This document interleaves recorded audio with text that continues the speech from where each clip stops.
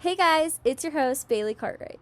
Welcome to the Stronger Scars podcast, where I invite others to dive deep into the ups and downs of physical and mental scars.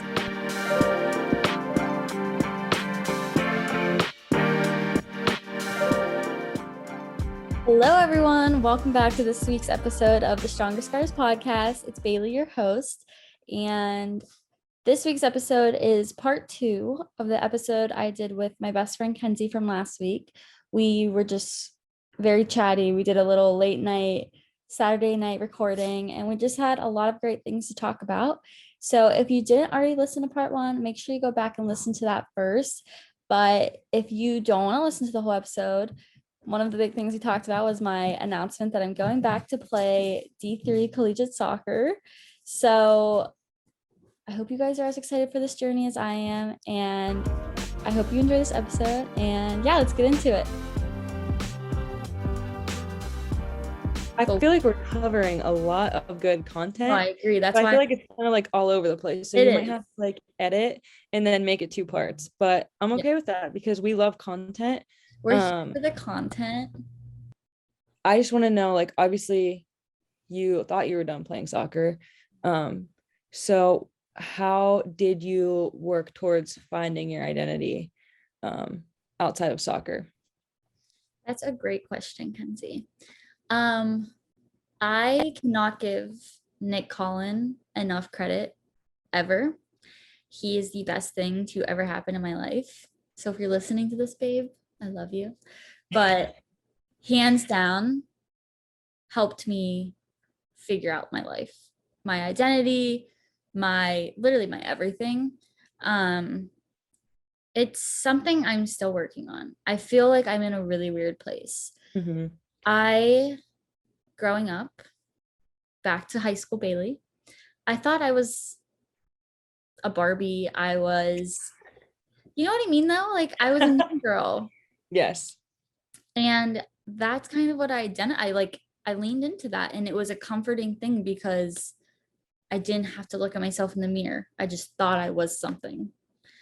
Right. And college was a little bit different. Like I was still super, and like I'm not saying there's anything wrong with being confident. Like I'm a very confident being. I love feeling confident in myself.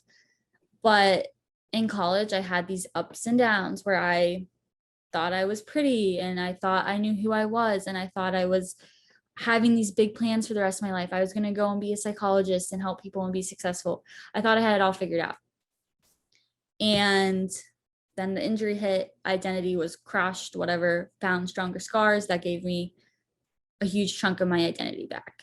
But then when time came and I had to graduate college and move on with my life, and then the quitting BU and all that happened, I went back into one of my depressed spirals because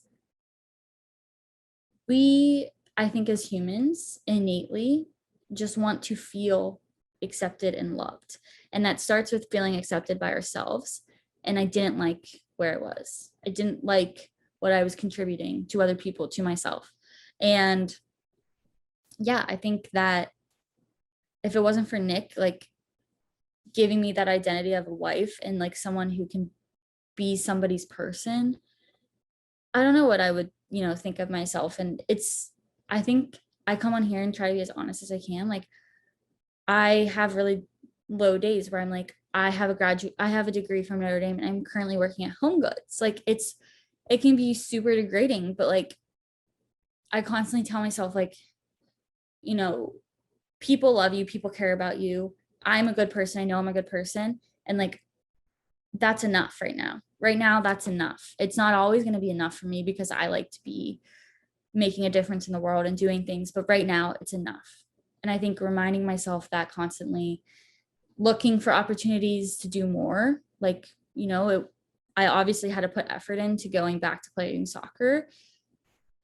Having that, self-knowledge that I have to put the effort in to do that, that's enough right now. So I just think if you're in a position like I am and it's a really weird transition period, like tell yourself right now, today, I did what I can do and this is enough. Yeah, I 100% agree. So kind of going off of that, so obviously I'm in physical therapy school now, and disclaimer, physical therapy school is tough. like it is something that I didn't realize going in, because my undergrad I did really well, like graduated with like, I don't know, like a 3.8, 3.9 GPA. And my first semester, like I'm not even kidding, like I almost failed out. Right. Yes, it was so bad. I was super depressed, super anxious. It was just a really bad time in my life. And I think me losing my identity had a lot to contribute to that. Like I completely stopped working out for like a 2 or 3 month span, gained a lot of weight. Like it was just not a good time in my life. And there were days where I had to remind myself, like exactly what you were saying, like at the end of the day, I know that I'm a good person. Like I know that I can make a difference in the lives of other people, but it starts with taking care of yourself, and putting yourself above that. And I think that that's just really important to understand. And it's okay to like open up and be vulnerable. I think this is important that we're talking about this, because we're both in two completely different parts of our lives right now. We're going through similar things. 100%. And I think like we don't always have to be the A+ version of ourselves. It's one, not realistic, and two, it's not, I don't want to always be the A+ version of myself. Sometimes I want to just take away, grab a makeup remover, take it all off, and be okay with the C. It's a C day for me. It's a B day for me. Like it's so important that we just give ourselves that slack and realize like today the B version of Bailey is enough. Right. So again, kind of relating this to physical therapy school. So I'm doing a lot better, by the way. Yeah, you're doing great. You're doing great. So I have a practical coming up this week. And it's really tough. It's on spinal cord injuries, traumatic brain injuries. It's really tough stuff. And I don't have the knowledge that like an entry level physical therapist would right now. Like we're just learning this stuff. So I go into a patient's room and I tell myself that if I can just make their day a little bit better by being myself, like take out all the physical therapy stuff, like take out like the big things, and just by making their day a little bit brighter, just by being like a good person and being genuine, then I succeeded. Yep. And I think that that's something that's really important. 100%. And it doesn't get enough recognition. Like being kind and being, like you said go in and be yourself doesn't get enough credit, because if yourself isn't always the top tier magazine cover self, then a lot of times we look at it like, oh, then it's not anything. It's not good enough because it's not the best of the best. Right, exactly. So I feel like my mentality going in is, yes, I'm going to make mistakes. Like, yes, I'm learning. Yes, I'm a student. I am by any means perfect. But I think by the end of the day, if I can just go in there and be myself, like if that's all I can give that day, then that's enough. Right. Like I'm not going to go in and do everything right. Like there are days where I feel like I have the confidence and I can do it. And there are other days where I'm just like, I'm just going to go in and be myself. And that's okay. Okay, I have a fun game I want to play. Okay. Since we're being open with the listeners. This episode is literally all over the place, but I'm kind of loving it. So It is. You're gonna have to just edit it and whatever. It's make fine. a part two. Okay. I want to know, and we're gonna both share your favorite thing about yourself and your least favorite thing about yourself. So I'm gonna give you a second to think. This is a hard question. And this is something really interesting to just like, if you're listening to this and you're like, oh, like I want to think about that for myself, like write it down, because the thing you like about yourself is something like you should be really happy and like proud about. And the thing you don't like about yourself, work on it. And this can be appearance, this can be like a factor or like a thing you do, whatever. It's like not hard. So the thing I dislike the most about myself is like my weight. Like it's something that I feel like we talked about this too before, but it's something that has always bothered me, still does. Shout out to my boyfriend Dylan. He Chilling. literally hears me complain about myself every day, and he just rolls his eyes and tell me that how ridiculous I'm being. Um, but yeah, that's something that I definitely struggle with. And like going back, like athletes, retired athletes struggle with this, like 100% hands down. And I remember thinking to myself, like, if I don't play soccer at Gannon, I'm gonna get fat. And like I did, but that's not the I point. just like I like genuinely don't think that you have gained weight. Like I don't think you look bad. I have seen you and like I don't know. And that's okay because it's a self thing. Right. You're hot, girl. You're hot. Thanks for hyping me up. But just to, like, put this into perspective, and you might edit this out, but since we're being vulnerable, so like I said, my first semester of PT school was really hard. I was challenged in a lot of ways in the first month, just with COVID and the setup environment, where I developed like very severe testing anxiety. And how Gannon's program works is if you don't get at least an 80% on an exam, or I think a few like 4 quizzes, it's considered you don't meet mastery and you have to retake. So it was my first semester, and I was in like anatomy, and we had like 30 seconds at each like cadaver station to answer a question. And my test anxiety was just through the roof, that I was like having panic attacks like in the anatomy lab, where I like couldn't even focus on what was in front of me, just because my test anxiety was so anxious, or my test anxiety was so bad, because in my head I was like, if I don't get an 80, I'm a failure. Right. And I just became like super anxious, and I actually went to see someone, and I was diagnosed with generalized anxiety disorder and major depressive disorder, and went to therapy for a while, and it really helped. And then they put me on some anti-anxiety medication. This medication made me gain 40 pounds. Right. And I know like that's not an excuse, but like 100% like hands down. And I'm sure that with being like depressed and not working out had a lot to do with it as well. But that's just something that has bothered me. But at the end of the day, it shouldn't, because I'm like, it's just like another reminder, like how dark of a place I was in during that time. Right. But at the end of the day, like I work out, I'm I healthy. was to say the thing is though, Ken's like you are one of the most self-motivated people I know to like always be going to the gym, always be doing things. And like at the end of the day, like it's more about your health, you know? Right. Exactly. What do you love about yourself? One thing I love about myself. Give us 2 things. 2 things. I can barely even think of one. Probably my personality. Um, I feel like I'm just like a shit show, to be honest. And I feel like sometimes that makes people around me feel better.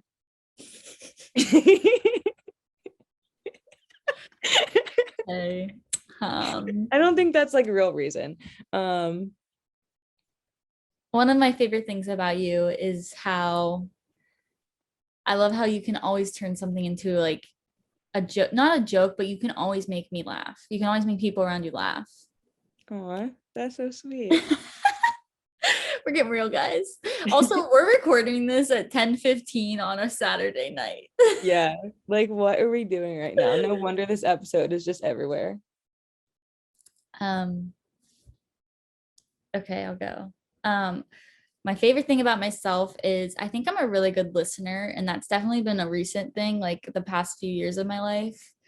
I just feel like I do a good job at like genuinely hearing people, and if they want advice, I think I can do that, or just giving them an ear to listen to someone. I think that's kind of what I've been loving about myself. Something I don't like about myself, I've talked about this before. I've been better. I have been better. I'm materialistic and I don't want to be. That's probably my least favorite thing about myself. Yeah, you are materialistic, and I feel like that influences me.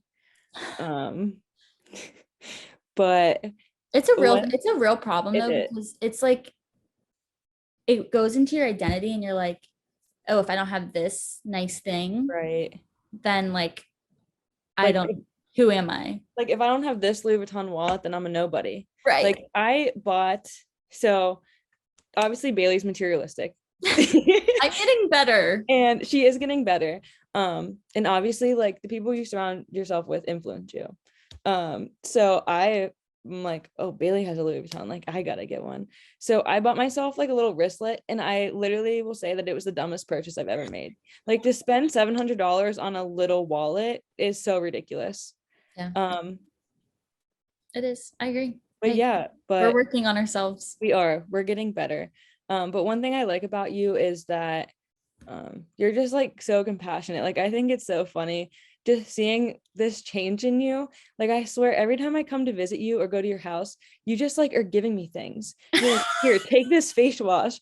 I'm like, Bailey, this face wash was like $50. Like here, But take this, use this as your skincare routine. I'm like, this entire set was like $100. Like here's new like here, try this makeup. And I'm just like, every time it's just funny because I feel like old Bailey was just like, this is mine. This is mine. You're not touching my stuff. Like I would stay at your house literally every single Friday, like growing up. you would, And if I had Olaplex back then, I would have been like, no, but you came to my house and you used all the Olaplex you wanted last time you were here. I did. But it was like, even like stupid things growing up, you were just like, this is mine. Like you're not allowed to touch. Like if we were going to soccer practice and I like forgot deodorant or something stupid, you were like, you can't use mine. Like you would make me go to practice sweaty and smelly, and because you wouldn't give me your deodorant. And now you're just giving me hundreds of dollars in skincare. You better be using that stuff still. I do. My face looks so good right now. I mean, it honestly, this all goes back to though, like you guys are probably like, you're digressing. It all goes back. It all goes back to like identity. It really does. Like who we are based on the events in our lives that build up to that. The events in our lives, like most of our childhood was soccer. That's the reality. That's what a lot of people go through. A sport is most of their childhood. And it got us to these really wonderful places in our lives that we got to learn more about ourselves and we got to figure out who we really are. We had to face hard things, and they all lead up to who we are now. Yeah. Like I think that it's always going to be a journey. I'm still trying to figure out my identity. I think that for me it's really helped. I focus a lot on just physical therapy school and learning how to help others, learning how to help athletes. But at the same time, like I'm at a point where I don't know my identity. With physical therapy, there are so many different places you can go with it. I mean, you can work geriatrics, you can work with the neuro population, pediatrics, sports, like, and then there's what setting you want to be in, like outpatient, acute care, inpatient, skilled nursing facility. And that's something that I didn't realize coming into PT school. And I'm at a point that I need to figure it out relatively soon. Because once I graduate, I mean, there's always the option to do residencies and then after that fellowships or get certified in different things. And I'm still trying to figure that out. So I think that finding your identity is like an ongoing process. And I was listening to a podcast called PT Snacks.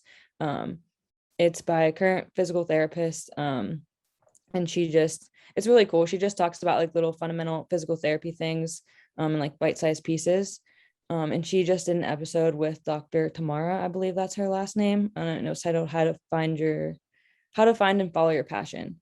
So basically this doctor was talking about how she was a Division I athlete. And then after that, she had like an identity crisis. You just said Division I instead of student athlete. Was she D2? You wouldn't have said that. Yeah, you're probably right. Yep, exactly. Continue. I don't even remember what school she went to, but I just remember she was a Division I athlete. But anyways, and I'm really, really sorry if anyone important is listening to this, because this doctor is like huge. Like she is incredible. And I really don't know much about her and I'm not giving her the introduction she deserves, but that's beside the point. She was just talking about how she went through an identity crisis and then she became a physical therapist, started working as a physical therapist. And then that became her identity. Like she was a physical therapist and then she would go home and she was still a physical therapist. And Right. she really emphasized that you just need to be present in the moment. So like I'm a physical therapy student, but I'm also like a daughter, a girlfriend, like a friend. And she said it's important like that you have all these different identities and they all carry over, but you don't have to be one thing. And I think that from a physical therapy perspective, that can contribute a lot to burnout. If you're just a physical therapist, you take Right. it home with you every day, you don't give yourself a break, you're going to be burnout. And burnout is a really huge thing in the physical therapy world. And I think that that can be applied to anything. So just know that your identity is made up of a lot of different things. You don't have to be just one thing. And that obviously carries over. I'm happy you brought this up. I remember I wanted to talk about this, but I kind of forgot. Um, One time I was in a student athlete advisory council meeting at Notre Dame. It was a small group of us, and we were told, here's a piece of paper and a pen. I'll write your name at the front, at the top of the paper, and draw a circle. And in the circle, you're going to make a pie chart, and you're going to make little pieces the size that you think that they are in importance to you of your identity. So let's say I had my circle and I had this huge chunk that was an athlete. And then I had another chunk that was a daughter, and another chunk that was a sister, another chunk that was a student. And it was interesting to see how we view ourselves by how much credit we're giving each of these identities. And it's really interesting to do and sit down and do it with yourself, because then the things that you may not think are important about your identity, like I'm a kind person or I'm whatever, you don't put it in there because you only put these things that you think should be the most important. Like I'm an athlete, I'm a student. And of course those things are important, but there's so much more to what makes up you. Right. There's so much more that goes into that. Like your interests, your hobbies, like Right. your character, who you are as a person, your worth ethic. They all play such a huge role in that. So I'm kind of curious. I love when you start questions like that. It's like putting me on the spot. What this past, it's been like a year now that you have been out of soccer, out of sport. What what has it been like for you, and what advice can you give to someone in that transition? Because I don't think I'm the best example of it. I think you have a better perspective. Yeah. Like I said in the beginning, it was really rough. Mhm. And I think I used soccer a lot, like as my outlet. Like I went through some really hard things, and like soccer was the one thing that would always be there for me. Right. And I remember, I think I was like having a bad day. I don't remember what exactly happened, but I just remember being frustrated and being like, all I want to do right now is go to soccer practice. Right. Like, and this was like probably 2 weeks ago. I was like, I just want to go to soccer practice right now and focus on soccer. And that was like the one time where everything around me would just like completely disappear. Like, Mhm. regardless of what was going on in my life, like during soccer practice, I could just put all of that aside, and I used it as an outlet, like most athletes do. So I think that that has been hard, but for me, I just try to focus on different things that make me happy. So for example, I remember when I made the decision not to play soccer, I went and got a dog. Probably not the smartest decision to get a dog while in PT school, but I wouldn't trade her for the world. Um, so I put like my time and energy into training her and So walking her. basically, our advice is if you're having an identity crisis, go get a dog. Yeah, just get a dog. They make everything better. She is my personality. um, but just like putting your time and effort into things that you truly want to do, or like let's say you never had the time to do as a student athlete. So for example, like I was able to join a gym here in Erie. And that's another thing I want to touch on is just the gym aspect. But I was able to join a gym where it was just a really great community of women working out together, encouraging each other. And that was something that I never got to experience prior because I was always just working out with my team. Right. And then I'm obviously like super focused on my studies. I put literally all my time and effort into that. So that is just kind of my passion now. So I think it's just like finding your passion. I know now, like I am able to do things that I like, such as like hunting and fishing. I know you probably think I'm like the biggest redneck, but it's stuff that I enjoy doing that I was not able to do as much when I was an athlete. I want to give you another compliment. Something I've always really appreciated about you was you are really, how do I want to word this? You like you've always managed your time well, and I've seen this really recently, like when you've had this really hard school schedule, but you still manage to have time to go out and get drinks with your friends, make sure Stella has a walk. Like I feel like you have really good time management, and along with that, I love how you still make time for fun. Thank you. So how That do you do that? I'm How do really you do glad that? you brought that up, because in the beginning, my first semester when I was really struggling with PT school, I literally only had school to focus on. Mhm. So I had my class schedule and that was it. And I truly think that because I didn't have soccer, so let me back up. So when I was at Mercyhurst, like I said, I took 18 or 21 credits, and then I was involved in literally everything. Like Mhm. I couldn't say no to people. So I was involved in student government. I was like vice president of an honor society. I was in the sports medicine club. Like you name it, I was probably involved in it. So my schedule was like jam packed. Like as soon as I woke up to the time I went to bed, like throw soccer in there. Like I never got a break. So that's kind of how I functioned for 3 years in undergrad. So when I Mhm. got to physical therapy school, I only had class, and I obviously spent a lot of time overstudying because of my test anxiety, which just led to failure. I wasn't taking breaks to like do things that I needed to do, like basically just take a break from school. So then the second semester, I ended up getting a job. So I was more involved. I got involved in the physical therapy program. I'm on the ethics committee. I am on the pro bono board. We have a pro bono clinic, which is also really cool. I volunteered a lot there as well. So I just filled up my schedule more. And I think that gave me the discipline that I needed to be like, okay, I'm going to class from here to here, and then I have this meeting, and then I'm going to dedicate this time to studying, and then and then I'm going to go to the gym. Right. So I think that being more busy, or being busier, helped me um like to do better, because I was taking a break from school. I was working out, I was putting myself first, and I think that that's really important. But there is also a very fine line between overworking, saying yes to everything, Right. putting everything and everyone else above yourself. So I think you need to find that happy medium where you make time for yourself, but also make time for others and other obligations.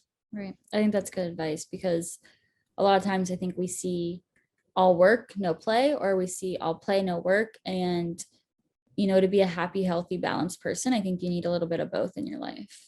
Right. And as an athlete, you literally have practice twice a day. Your meals are scheduled for you. Like everything is scheduled for you. Right. And I think that once you retire from your sport, you don't have that structure in your life. Right. So it's really important to manage your time well and figure that out. Also, I don't know if this is a feeling that you ever got, but whenever, like, once I was done being a college athlete, I would feel so guilty, like going and doing things. Like, I was like, I just felt like, I don't know, I'm going with this. I know what you mean. So there have been times where like I'll go and maybe like I'm not studying, like I'm watching Netflix or something. And then I'll see a Snapchat from like or social media post from Mercyhurst Women's Soccer. And it's a post of their practice. Right. So I would see that post and I'm like, they just practiced for an hour and a half. And here I am watching Netflix. Like I need to go work out. And I'm like, I shouldn't feel that way. Like I'm not an athlete anymore. I am not preparing for a game. Right. Like, so I think that has been probably the hardest part. Mhm. Um, Also seeing, so last year, since I graduated a year early, I didn't get to graduate with my original class. So seeing them playing games and them practicing, I think that was really hard for me, because I just felt like that could have been me, or like I'm not doing enough. Like I need to be working out more.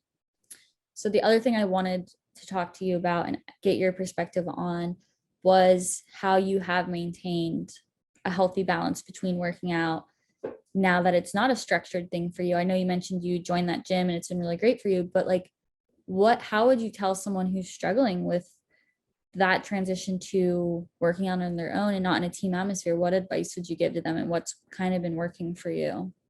Yeah, so I think that's a huge thing. Like once you retire from a sport, like you don't have structured workouts. Mhm. Like for us, it's been the first time in 15 years that we have not had someone telling us what to do, when to work out, what lifts to do, how much weight we should be lifting. So for me, obviously I'm studying that, so I have a little bit more insight than most people on like what I should be lifting, progressive overload, things like that. But I mean, it's hard like going to the gym by myself, staying motivated. So I seek out gyms that have a team environment. Right. So for example, I went to Motivate Studios in Erie, and it was just like group fitness classes. And I'd go every morning before class. And I really liked that environment because I was challenged, like I was pushing myself. The people around me were super encouraging. Mhm. And then different things like I'm going to be moving out of Erie soon, starting my clinical rotation. So I'm looking at like a CrossFit gym in Harrisburg. There's also an Orange Theory, which I've never tried before, but Yeah. it's the same like environment. So I just seek out those types of gyms because that's what I'm most comfortable with. That's good. I think that's great advice because it's intimidating to go Right, into like an LA Fitness, Planet Fitness, see these machines, see these people who know what they're doing and be like, I've never had to do this in my life.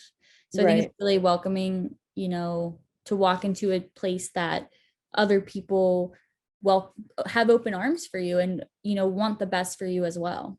right. And I think what's interesting too is that I remember when I was in college, at home for break, I went to Planet Fitness and there were these girls and they were walking on the treadmill.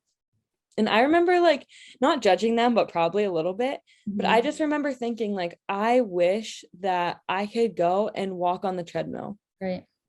Like I wish that as an athlete, like I could just go and do that and that be my workout. Yep.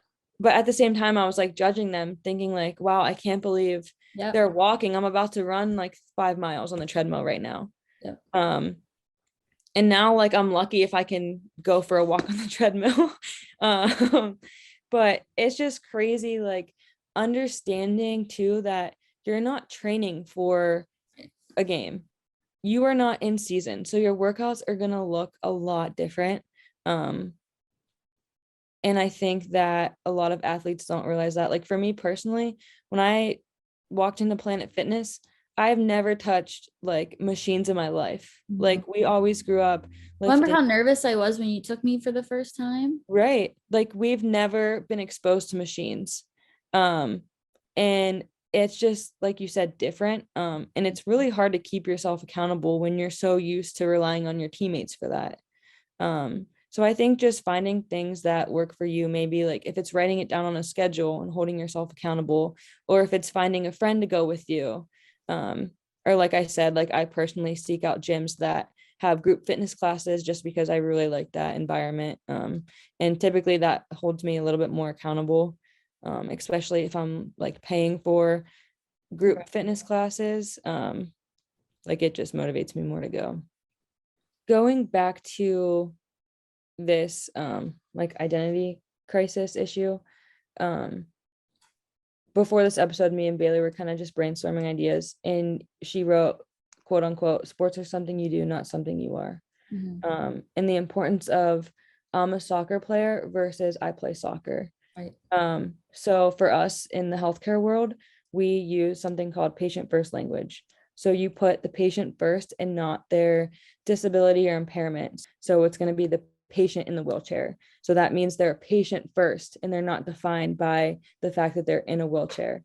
I Right. think the same thing can be applied to athletes, knowing that you are a person first before you are an athlete. Like, I'm a soccer player versus I play soccer. Like, soccer itself does not define you.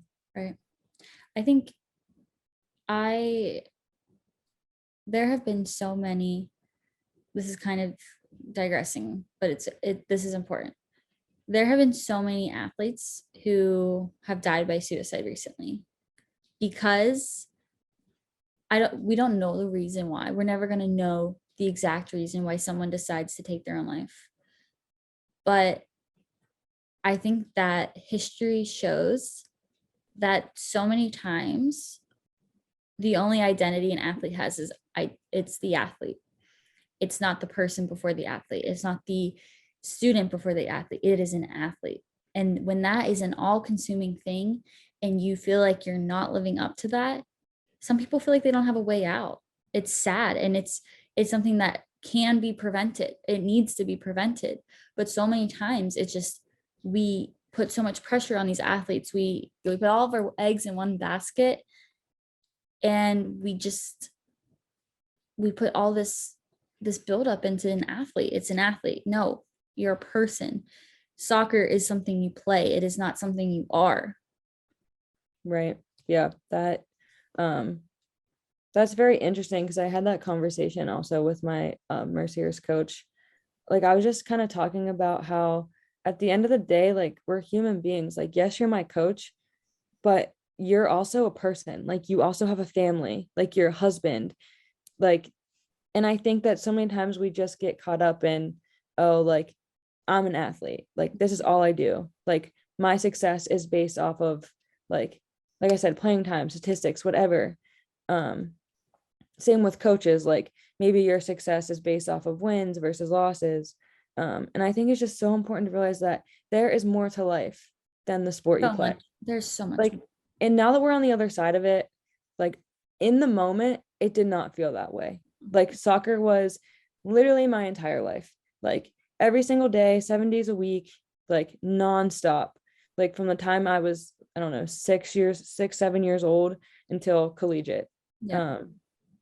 But I think it's just so important to realize that there's so much more to life than the sport that you play. And unfortunately, a lot of athletes that are struggling with depression, like, it doesn't feel that way to them. And it's something that does need to be talked about more, because it can be prevented. I have been giving the suicide hotline in my episodes that we talk about suicide. So for anyone who may need it, the number is 1-800-273-8255. 1-800-273-8255. Seriously, guys, like, your life is worth so much more than a sport. If one person hearing this can get that through their mind, that like no sport is worth more than your entire being, like, I will say it until I'm blue in the face, it's not worth it. You are loved. You are more than an athlete. Right. And if you're injured, like, your injury does not define you. There is light at the end of the tunnel. Recently, I've just been working with a few different patients, and mental health has been a huge issue, like, across the board. And recently I've been giving out a lot of resources for mental health. And it's just, I don't know what it is, but it's something that's not talked about. And I remember that the first time I brought up like, mental health to a patient, like, it brought like, people were crying, because it's something that a lot of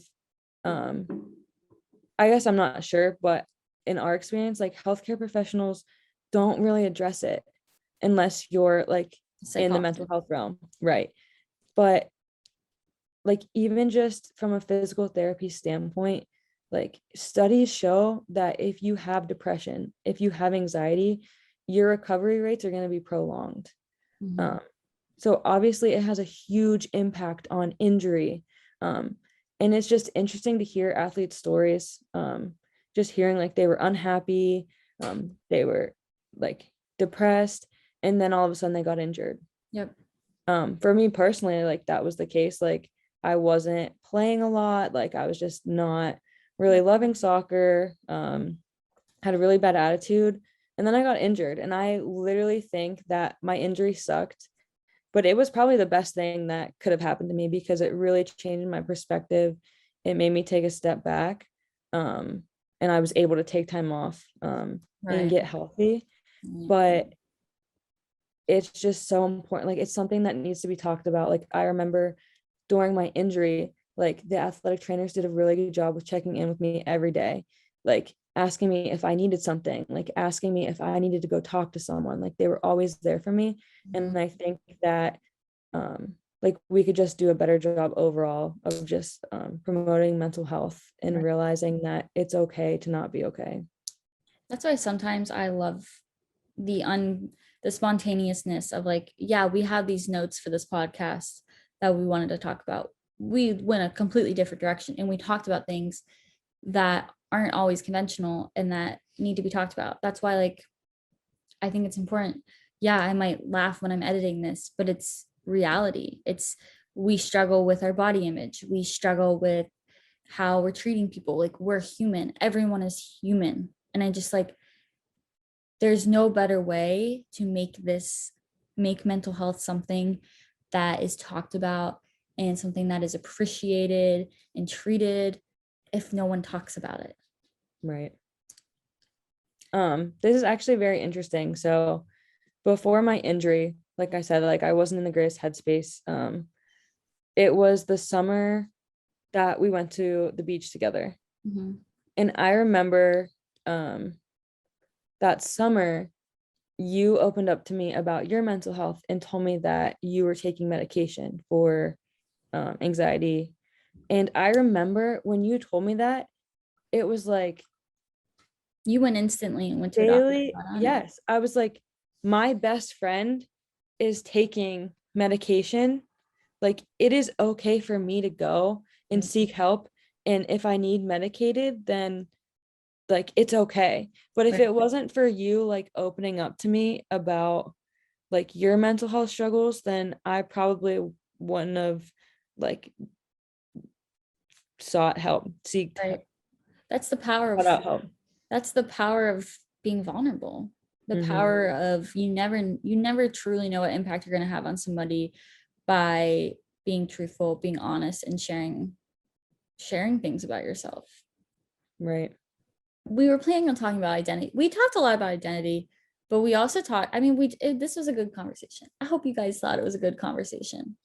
They're probably like never going to listen to another episode again after this one. I think we talked about the hard things. I think we covered a lot identity wise. We talked about like division, whatever division you play, it doesn't matter.